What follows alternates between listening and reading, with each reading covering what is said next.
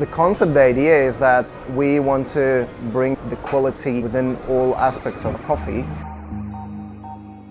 So sourcing great products, roasting to perfection, brewing to perfection.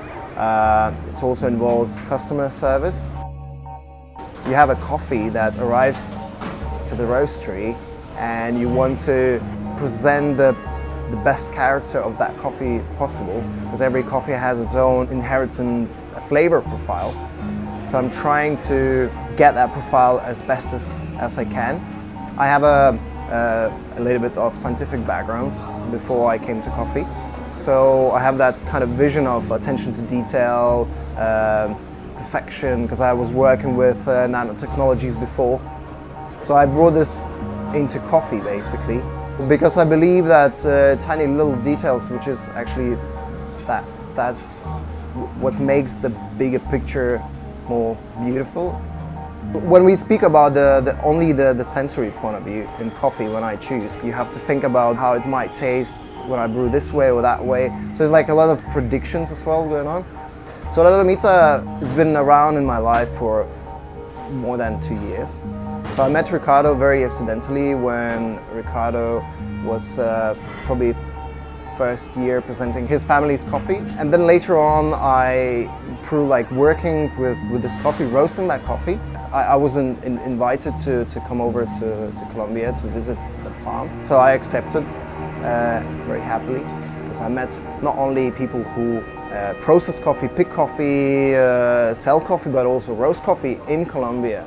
So it was like a starting point for me also to see the broader picture, what's happening there, and I've learned so much. I really believe in the relationships with people, right, and particularly with people that I work with that product like Lomita.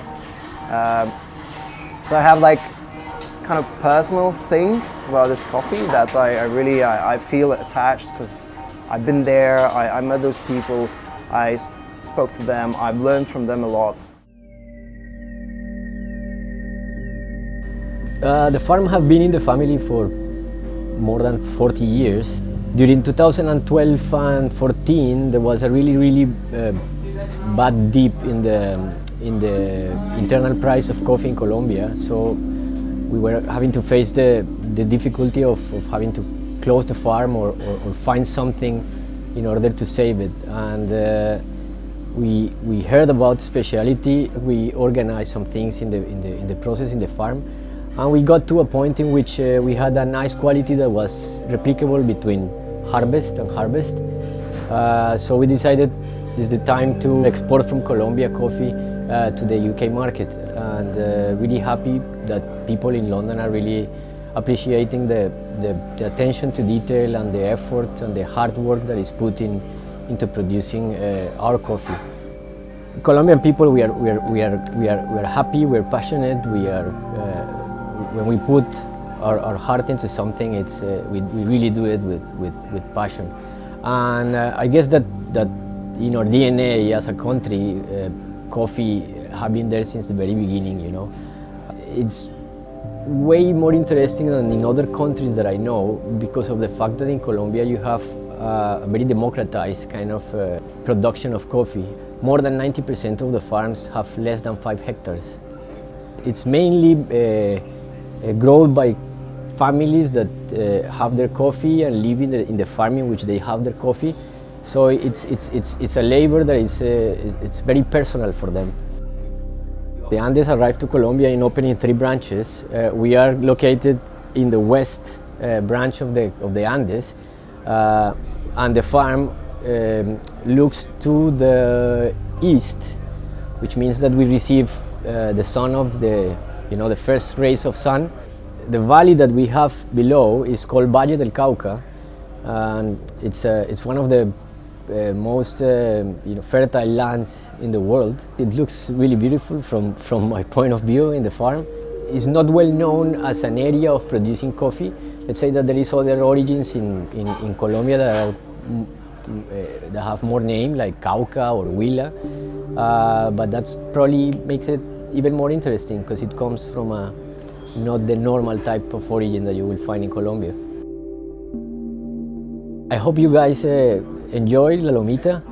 We have had an amazing harvest in 2017 with quite a nice weather, which probably meant that our beans riped in a slower way. We are finding that it's a complex cup with lots of interesting flavors, so I really hope that you enjoy it.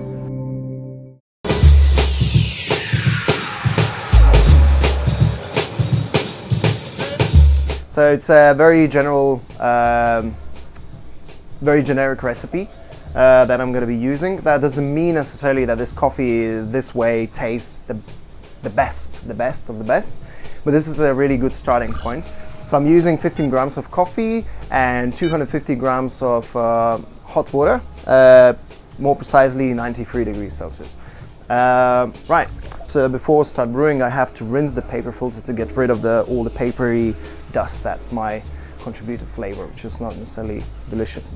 So I'm gonna make sure the paper is completely soaked and rinsed properly. Dump this water out. So here I have 15 grams of coffee. Put it straight away. Just make sure it's flat. I want to time it, so I want to know how long this coffee will be brewing, because I need to choose the right grind size when I grind coffee to make sure it doesn't pour too fast or too slow. So there is a certain time frame when I want to be. If I brew 1 cup from 15 grams of coffee, I would like to be somewhere between 2 minutes and 3 minutes within that window. Now, as a reference, how coarse or fine the grinds should be, it's a little bit coarser than fine sand. So I start a timer and pour my first 45 grams in, just to make sure everything is wet completely. 40 grams in. Okay, and I give a stir, just to make sure it's all wet. There's no dry clumps inside. And I wait until I hit 30th second and I start pouring again.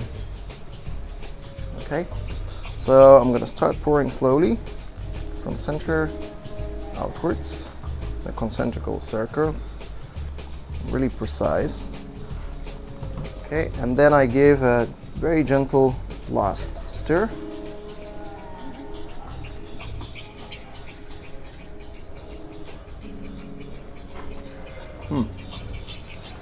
Very juicy, almost like jam but diluted with water. It's like really rich, complex. What surprises me about this coffee, how clean it is. It's like the transparency of the flavors. It's just incredible. I just love that transparency when you get, like, you can pick so many different flavors that kind of blend together at the same time, but you can get, oh, this is blackberry, this is maple syrup, moves into tangerine, and then you go in the finish and it's like florality, like almost like rose water or something like that.